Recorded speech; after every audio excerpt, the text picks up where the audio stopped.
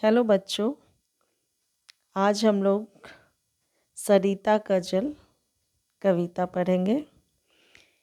इस कविता के रचयिता हैं गोपाल सिंह नेपाली। इस कविता के बारे में देखते हैं। नदियाँ चिरकाल से ही मनुष्य की प्यास बुझाती आ रही है। नदी वह प्राकृतिक देन है जो न केवल मानव को जीवन देती है अपितु यह सीख भी देती है कि मेरी भांति निरंतर गतिशील बनो। प्रस्तुत कविता नदी के बनने की कहानी है पर आधारित है। इसका जीवन मूल्य है प्रकृति प्रेम, नदी का महत्व और परोपकार मातृत्व। यह लघु सरिता का बहता जल कितना शीतल कितना निर्मल, हिमगिरी के हिम से निकल निकल वह विमल दूध सा हिम का जल। कर कल नाद कल कल कल छल छल, बहता आता नीचे पल पल, तन का चंचल मन का विह्वल।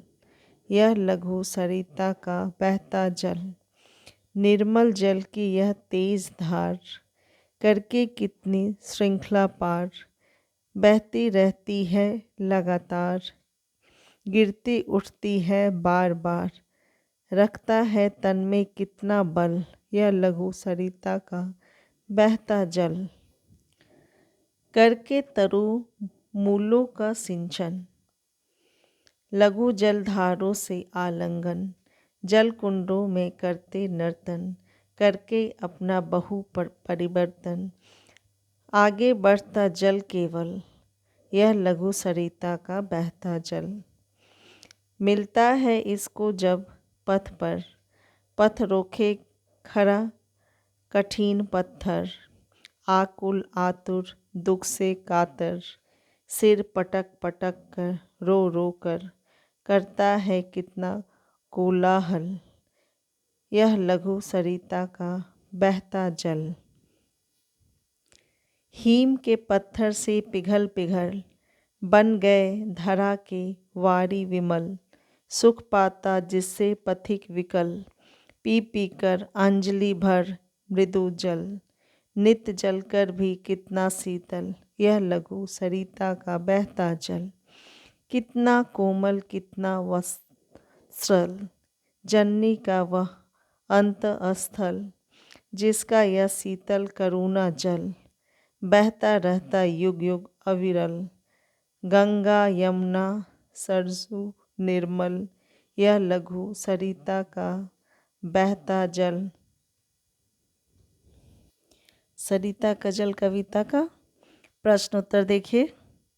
पहला प्रश्न है, नदी के तन का चंचल और मन का विह्वल, विह्वल मतलब व्याकुल, क्यों कहा गया है?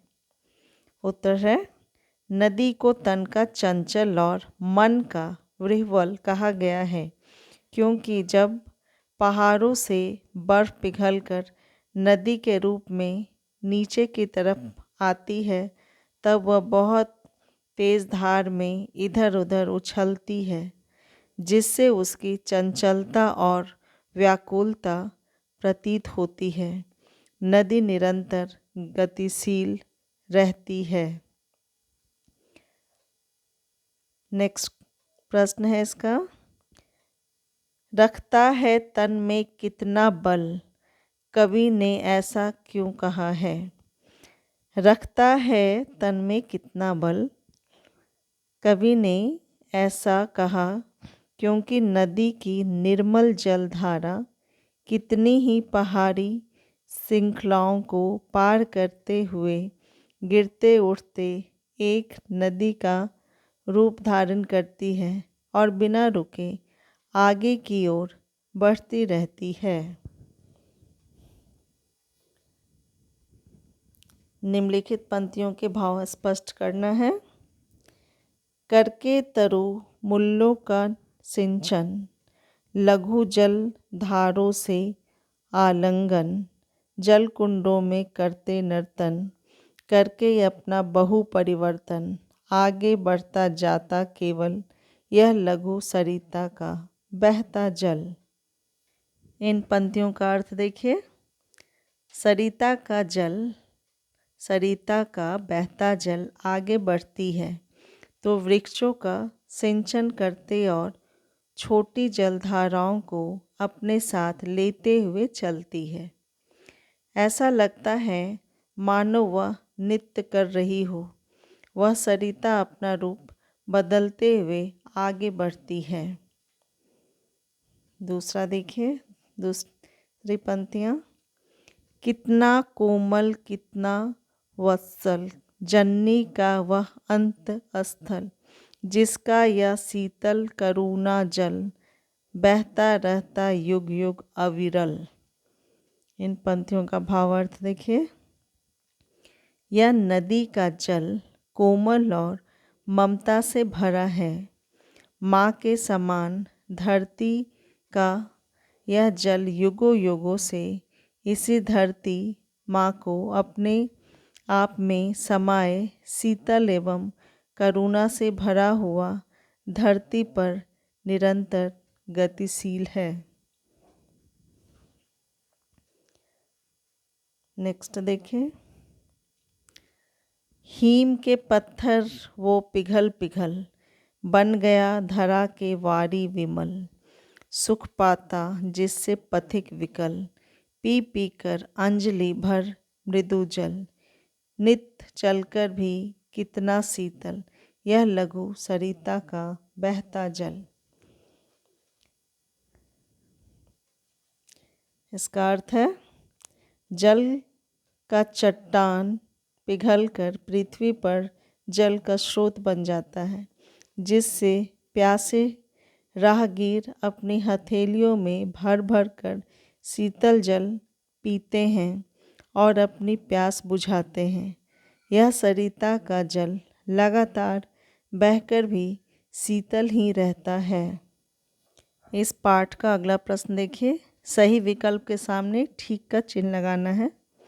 तो सरिता का जल सींचता हुआ आगे बढ़ता है पेड़ों की जड़ों को, पत्थरों को, मकानों को। तो सही उत्तर है पेड़ों की जड़ों को। पत्थर से टकराने पर नदी की धार शांत हो जाती है, कोलाहल करने लगती है, वापस लौट जाती है। तो पत्थर से टकराने पर नदी की धार कोलाहल करने लगती है। अगला है सरिता का जल निर्मित हुआ है हिम के पिघलने से, सागर से, बादलों से। तो इसका सही उत्तर है हिम के पिघलने से।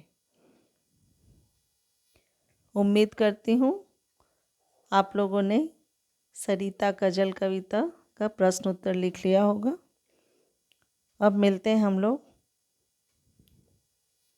दूसरे वीडियो के साथ। Thank you.